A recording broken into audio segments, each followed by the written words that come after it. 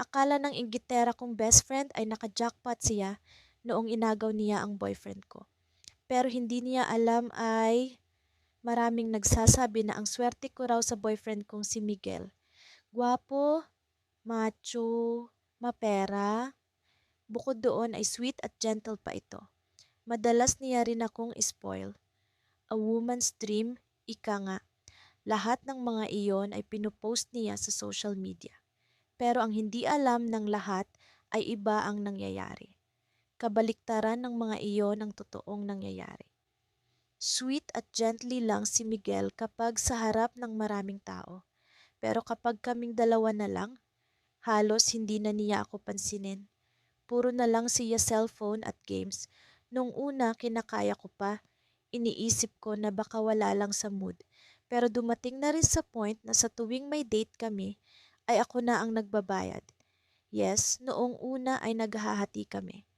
Ayaw ko namang kasi iasa ang lahat sa kanya dahil mag-boyfriend at girlfriend pa lang naman kami. Then bigla ay sinabi niya na nagka-problema raw sa bahay nila. At dahil na rin sa awa at pagmamahal ko sa kanya, ay pinatuloy ko siya sa apartment ko. Kaso ang nakakaloka, doon ko mas nakilala ang tunay niyang ugali. Wala na nga siyang trabaho. Hindi ko pa siya maasahan sa gawaing bahay. Kapag sinasabi ko na tumulong naman dahil pagod ako galing sa trabaho, ay bigla akong babanatan na depressed daw siya. Sinubukan ko talagang tiisin dahil mahal ko naman siya. He was sweet, pero ang pinaka nagpagigil sa akin ay noong magawa niya pang mag-cheat sa akin. Si Nika. Best friend ko siya. Sa buong relasyon namin ay nakasubaybay siya sa amin. Alam ko na maraming magtataka kung bakit walang ideya si Nika sa totoong sitwasyon namin ni Miguel. Si Nika kasi iyong tipo ng kaibigan na hindi mapagkakatiwalaan.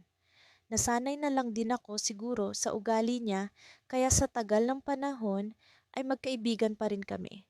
Siguro ay nagtiwala lang din ako na hindi niya ako maiisipang traidorin. But I was wrong. Napansin ko na lang bigla ang pagbabago ni Miguel.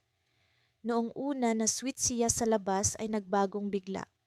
Mas lalong halos hindi na niya ako pinapansin. Pagdating sa bahay ay nakakulong lang siya sa kwarto at may kachat. Nakikita ko kasi minsan kapag napapadaan ako sa gilid niya. I confronted him. Pero sabi niya lang ay sinika lang daw iyon at may tinatanong. Well, ako naman si Tanga. Naniwala. Malayo kasi si Nika sa amin. Nasa NCR kami habang siya ay nasa Cavite. Hindi naman sobrang layo, yes. Pero someone na hindi naman araw-araw makakatagpo. Kaya nagtiwala pa rin ako hanggang sa aksidente kong mabuksan ng account ni Miguel.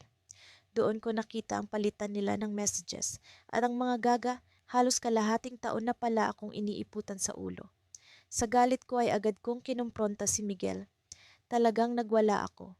Wala na nga siyang ambag sa buhay ko. Palamunin ko na nga. Tapos nagawa pa akong lokohin. Aba ay nakakababae naman talaga. Pero mas nagalit pa siya. Ako pa raw ang hindi niya na matiis ang ugali. Puro na lang daw ako utos. Puro sermon, edi pinapili ko siya. Kung sinika o ako ba, of course. Pinili niya ang hitad kong best friend na ngayon ay hindi na. Kinumpronta ko rin si Nika, pero proud pa ang loka.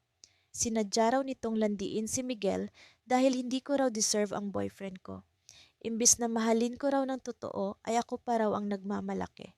Nakikita niya raw sa social media kung gaano ako mahalin ni Miguel at sinasayang ko raw lahat ng iyon.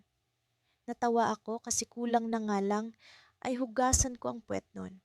Kaya yes, hindi ko nga talaga siya deserve.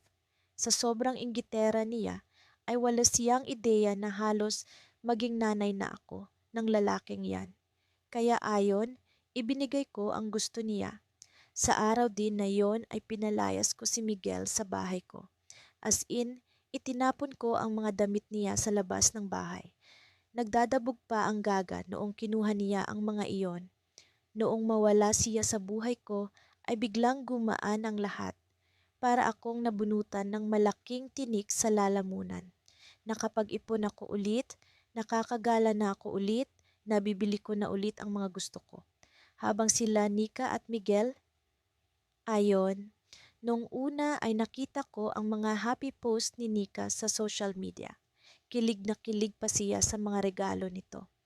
Pero wala pang 3 buwan ay nakita ko na ang mga shared post niya about sa mga lalaking hindi marunong maagtrato ng tama sa mga girlfriend o asawa nila.